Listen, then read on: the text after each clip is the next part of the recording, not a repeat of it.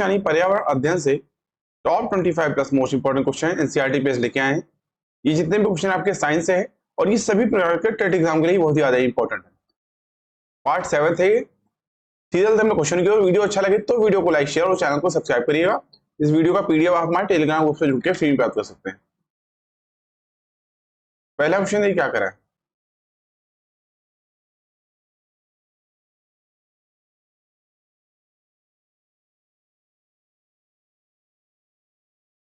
मच्छरों के प्रजनन की रोकथाम के लिए ठहरे हुए पानी पर तेल डालने की सलाह दी जाती है। ऐसा इसलिए किया जाता है कि ये ऑप्शन आपका राइट होगा। तो मच्छरों के प्रजनन की रोकथाम को रोकने के लिए ठहरे हुए पानी पर तेल डालने की सलाह दी जाती है, क्योंकि तेल का पृष्ठ तनाव जो होता है, सरफेस टेंशन कम होने के कारण तेल जल के ऊपर फैलकर एक परत बना देता है। इससे जल में ऑक्सीजन की आपूर्ति नहीं हो पाती और मच्छरों का प्रजनन थम जाता है, यानी रुक जाता है। ये ऑप्शन आपका राइट होगा। अगला ऑप्शन, ज्वर नियंत्रण यानी बुखार में नियंत्रण में आमतौर पर सबसे अधिक प्रयोग की जाने वाली औषधि यानी दवा कौन सी है? ब्रूफेन, बी कॉम्प्लेक्स, पैरासीटामोल, ली-52। सी ऑप्शन आपका राइट होगा, पैरासीटामोल। अगला क्वेश्चन, तंबाकू में कौन सा एल्केलाइड पाया जाता है? सी ऑप्शन आपका राइट होगा, निकोटीन। तंबाकू में निकोटीन एल्केलाइड पाया जाता है। यह तंबाकू के पौधे सहित कई अन्य पौधों में भी पाया जाता है। साथ ही इसे कृत्रिम रूप से भी उत्पादित किया जाता है। दोस्तों, निकोटीन में शामक यानी सिडेटिव एवं उत्तेजक सिमुलेंट दोनों गुण पाए जाते हैं। मार्फिन का उत्पादन अफीम के पौधे से किया जाता है। ये मार्फिन जो है, इसका उत्पादन अफीम के पौधे से किया जाता है। और कैफीन जो है, कैफीन का उत्पादन चाय, कॉफी के पौधे से किया जाता है। ठीक है, सी ऑप्शन आपका राइट होगा। अगला क्वेश्चन, नशीली दवाओं की लत को नियंत्रित करने हेतु आमतौर पर प्रयुक्त की जाने वाली औषधि का नाम क्या है? डी ऑप्शन आपका राइट होगा, पैथिडीन। नशीली दवाओं की लत को नियंत्रित करने हेतु साधारण पैथिडीन नामक औषधि दी जाती है।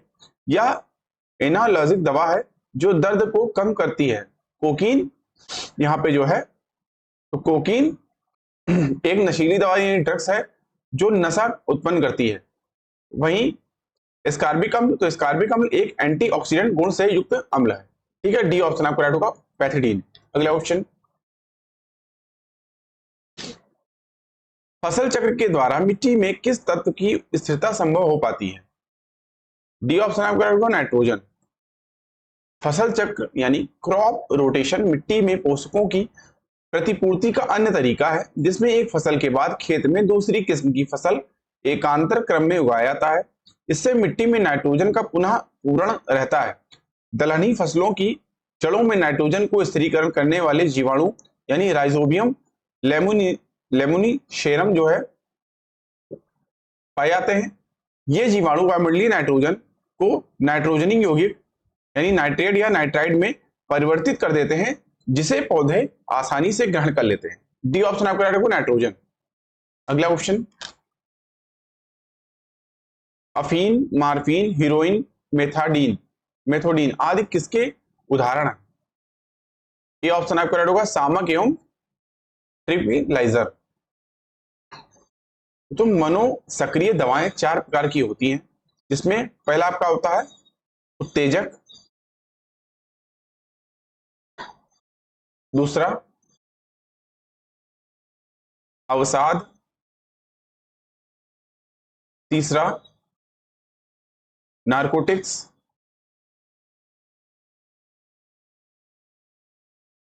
चौथा हेलुसिनोजन।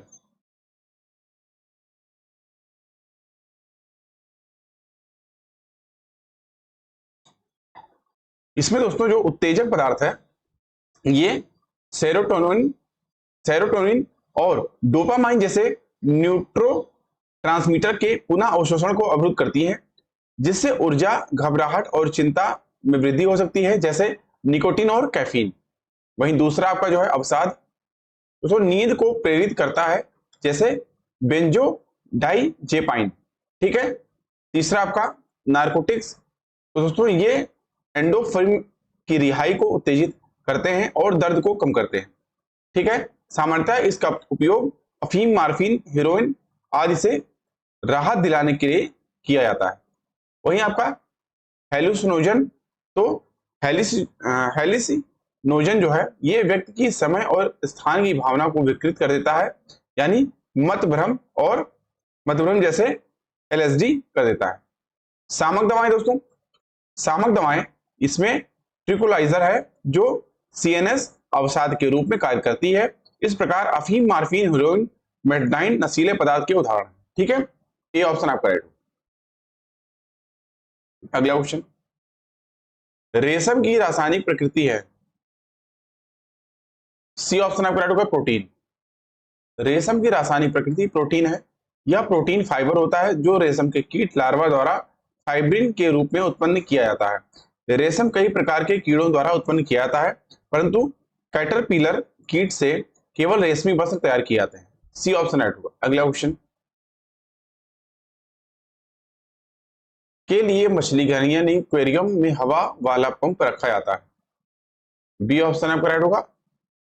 तो मछली घर यानी एक्वेरियम में हवा वाला पंप इसलिए रखा जाता है ताकि उसमें अधिक ऑक्सीजन घुल सके। अगला क्वेश्चन, क्लोन है।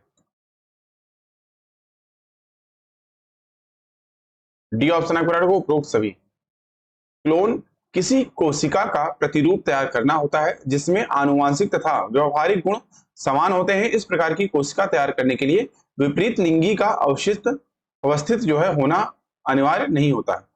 डी ऑप्शन राइट होगा। अगला क्वेश्चन, प्रजातियों की उत्पत्ति एक रचना है। बी ऑप्शन आपका राइट होगा। द ओरिजिन ऑफ स्पीसीज यानी प्रजातियों की उत्पत्ति चार्ल्स डार्विन की एक रचना है। अगला क्वेश्चन,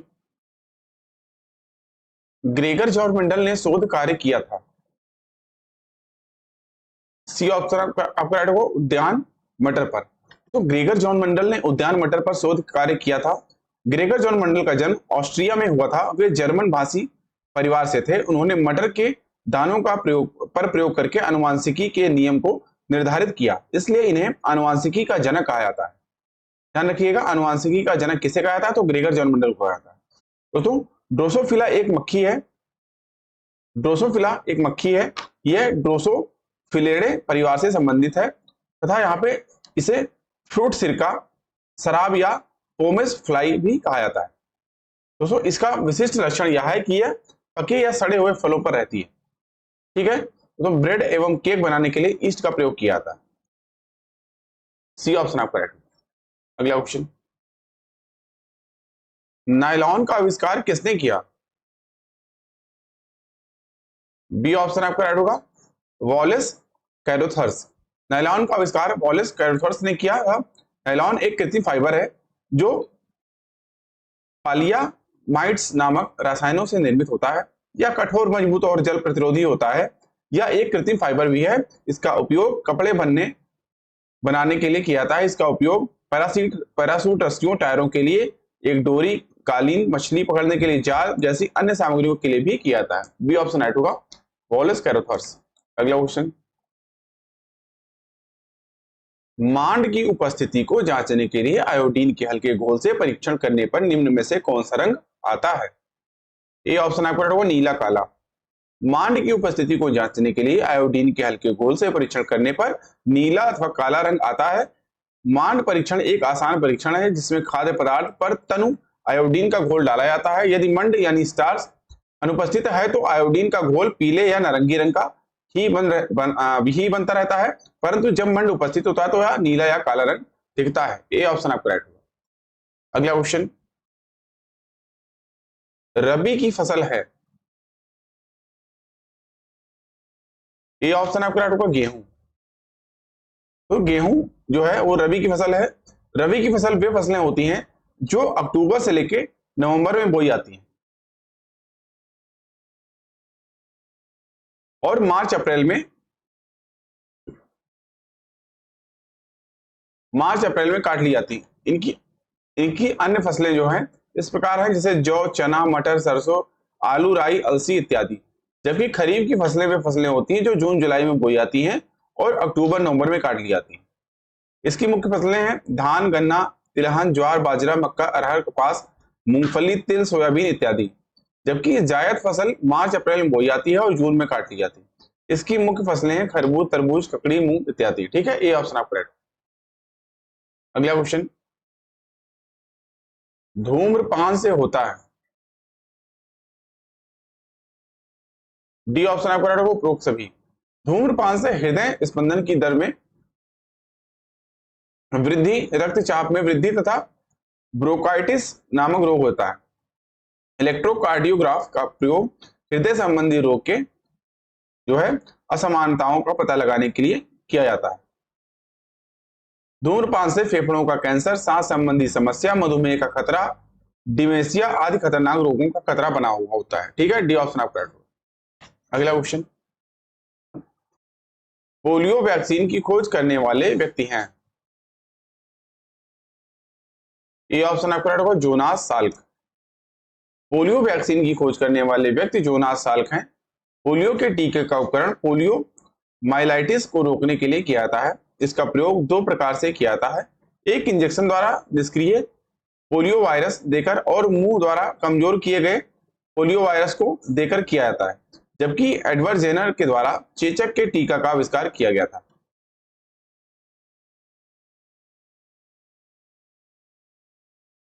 चेचक के टीके का आविष्कार किया गया था तथा थियोडोर रूसवेल्ट जो है ये आपके संयुक्त राज्य अमेरिका के राष्ट्रपति थे। ठीक है, वहीं जो रिपब्लिकन पार्टी से थे। ठीक है, ये ऑप्शन आपका राइट। अगला क्वेश्चन,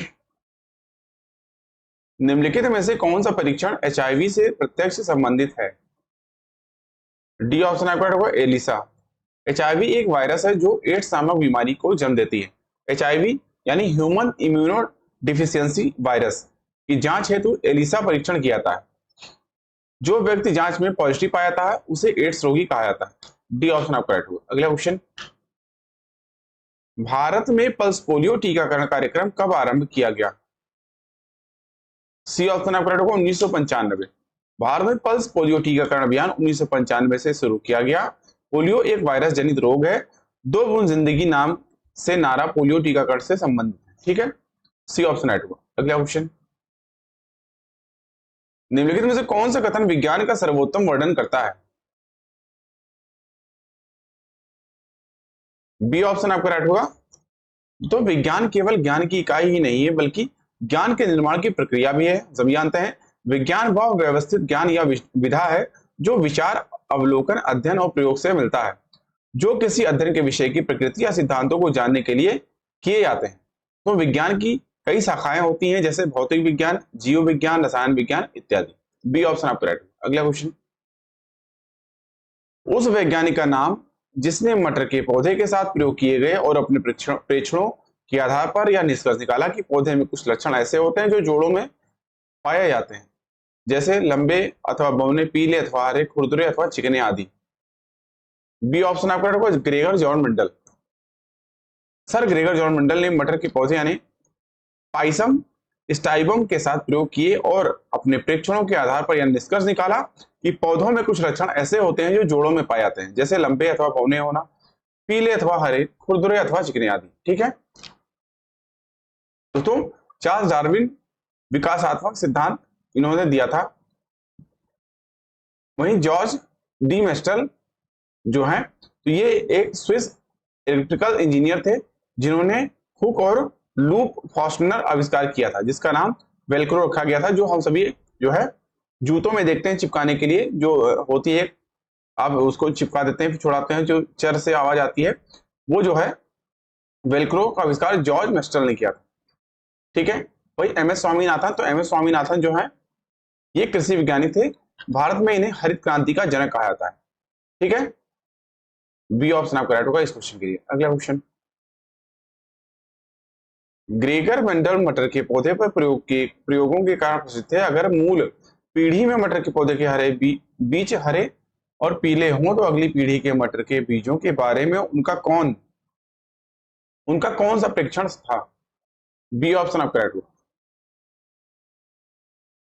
ज्यादातर पौधों में पीले बीज थे। बी ऑप्शन आपका राइट होगा। अगला क्वेश्चन, ग्रेगर मेंडल एक मंक यानी मुनि थे जिन्होंने 28,000 मटर के पौधों के साथ 7 वर्ष तक मठ के बगीचे में प्रयोग किए। उन्होंने यह पाया कि मटर के पौधों में कुछ ऐसे लक्षण होते हैं जो जोड़ों में होते हैं। निम्नलिखित में से उसे छांटिए जिसे मेंडल ने अपने प्रयोगों में नहीं पाया था। डी ऑप्शन आपका राइट होगा। ग्रेगर मेंडल का जन्म 1822 में ऑस्ट्रेलिया में हुआ था, जो एक जर्मन भाषी ऑस्ट्रियाई ऑगस्टेनियस पादरी एवं वैज्ञानिक थे। ग्रेगर मेंडल को ही आनुवांशिकी का जनक कहा जाता है। उन्होंने पाया कि मटर के पौधे में कुछ ऐसे गुण होते हैं जो जोड़ियों में आते हैं, जैसे बीज का चिकना या खुरदरा होना, पीला या हरा होना और पौधों के तनों का लंबा या नाटा होना। रंग के गुण की अगली पीढ़ी के पौधों के बीज या तो पीले होते हैं या हरे होते हैं। डी ऑप्शन आपका राइट। अगला क्वेश्चन, अनॉक्सी श्वसन का अंतिम उत्पाद होता है।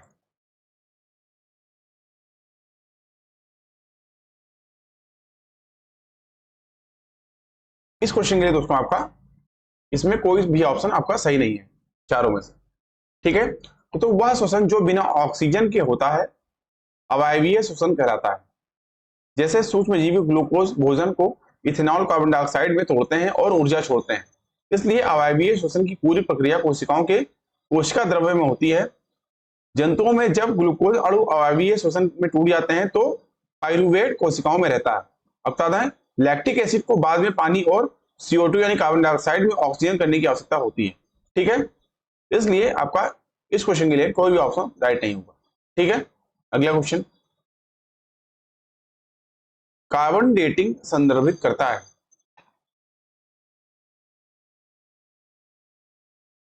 इस क्वेश्चन के लिए आपका बी ऑप्शन राइट होगा। प्राचीन स्थलों में मौजूद हड्डियों या सामग्रियों की आयु मापन। अगला क्वेश्चन,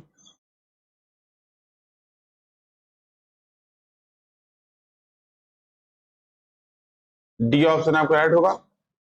दूध का पाश्चुरीकरण करने के लिए दूध को 71 डिग्री सेंटीग्रेड पर 15 सेकंड तक या 62 डिग्री सेंटीग्रेड पर 32 मिनट तक गर्म किया जाना चाहिए। ऐसा करने से सूक्ष्म जीवों की वृद्धि रुक जाती है। इस प्रक्रिया की खोज पाश्चर नामक वैज्ञानिक ने की थी, इसलिए इसे पाश्चुरीकरण कहते हैं, ठीक है। डी ऑप्शन आपका राइट होगा। अगला क्वेश्चन,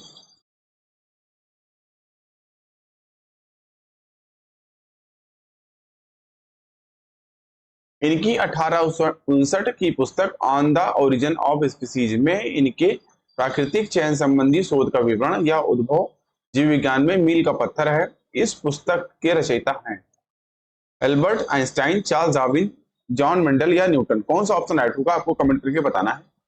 प्लीज आप लोग इसका आंसर कमेंट करके बताइएगा। अभी के लिए इतना ही। आई होप आपको वीडियो अच्छा लगा। वीडियो अच्छा लगा हो दोस्तों वीडियो को लाइक करिए, दोस्तों में शेयर करिए, चैनल को सब्सक्राइब करना ना भूलें, जिससे कि चैनल पर आने वाले सभी महत्वपूर्ण वीडियो के नोटिफिकेशन आपको टाइमली मिले। इस वीडियो का PDF आप हमारे टेलीग्राम ग्रुप से जुड़िए और फ्री में प्राप्त करिए। अभी की वीडियो को देखने के लिए आप सभी का बहुत बहुत धन्यवाद। मिलते हैं नेक्स्ट वीडियो में, तब तक के लिए थैंक यू। जय हिंद।